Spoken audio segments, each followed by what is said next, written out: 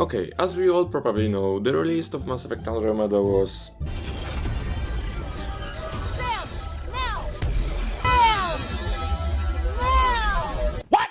Well, it wasn't very good, okay?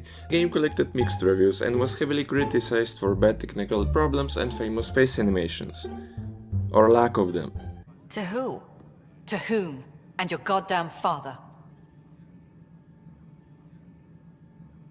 The fact that story had and still has several plot holes and the dialogues were sometimes embarrassing didn't help at all. The series was left on ice and any hope for continuation and answers for unresolved plots was lost forever. And this is the moment when Book shows up, which is a Mass Effect Initiation, which has already come out some time ago, and Mass Effect Annihilation, which also was released a few months ago. I will review Annihilation very soon. Both books are going to develop unfinished plots from the game itself, however Annihilation will explain for us the most of them. This doesn't mean that there are no interesting things in the Initiation, because this book explains to us certain plot hole from the very beginning of the game.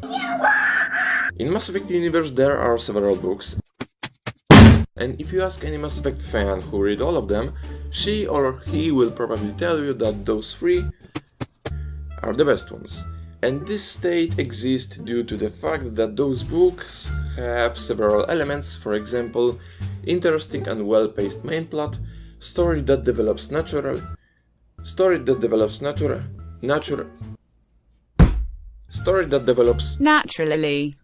cool and nice written characters, nice plot twist here and there, and what's the most important, those books add something to the Mass Effect universe overall, and I have to say that Initiation generally deals with all those elements quite well. As for the authors, there were two of them, and unfortunately I am not able to say anything interesting about this woman because I am not familiar with her work. However, it is worth mentioning that MacLeod was one of the main screenwriters for Mass Effect 2, Mass Effect 3, Mass Effect Andromeda, and this is even worse, ending of Mass Effect 3. No, God! Anyway, Guy certainly knows Mass Effect universe quite well. He also wrote a few comics in this world, I believe.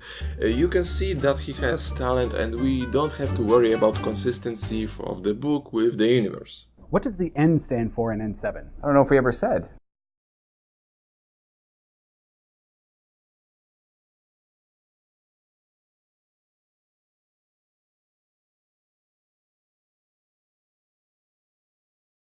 I don't know if we ever said.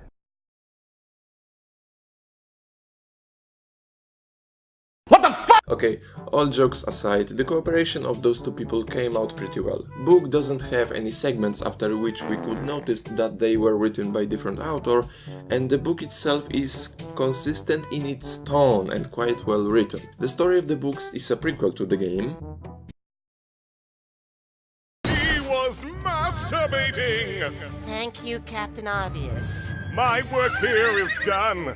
And oscillates around Cora Harper. The action begins when Cora returns from the Valkyrie program, which is a Citadel Council program that relies on a military interracial exchange, blah blah blah blah blah. In any case, Cora returns to join the Andromeda Initiative. Why? You will find out in the book. In the meantime, she tries to find herself in a weird situation because she spent her last 4 years in an Asari commando unit, aka totally different species, so now poor girl can't get over with everything that surrounds her, which is just being with her own kind again. During the adventure, she will also have an opportunity to get to know Alec Ryder, which is a very nice element because in the game he was quite interesting character. However, we all know what happened to him. There is also one new main character and it's called Sammy. It is a virtual artificial intelligence based on the main source code of the main Sam from the game. He is basically a central part of the story. There is a lot of attention on him, his origin and personality, and his absence in the game is very well explained here, which is also connected to this fact that book explains a certain plot hole from the beginning of the Andromeda, as I mentioned above. I also mentioned that the story is very efficiently written and that is true. The pacing of the story is fine, but the action likes to jump a bit too quickly from one place to another, but still at the same time it is not something irritating but only worth mentioning. The heroes themselves are consistent in their behavior, tied to their types of characters. I hope you know what I mean. However, this isn't a book that strongly rely on development of the character, but when the character moments appear, they are done very well. Very important thing that I have to mention is the fact that Cora and Alec are the same people in terms of their personality that we met in the game, so there is some kind of connection and continuity with book and game.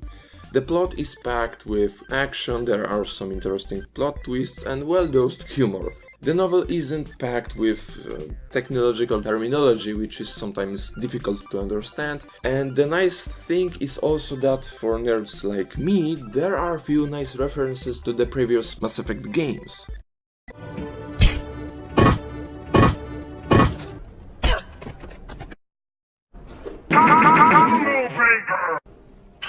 Want some?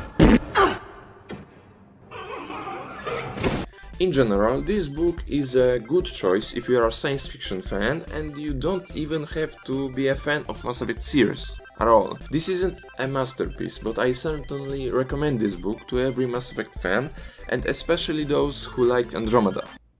Seriously, there are such people. For the fact that this book gives us some insight to the events from the game, and for the fact that it is just simply a good addition to the Mass Effect universe, I think it's a good choice to give this novel a chance.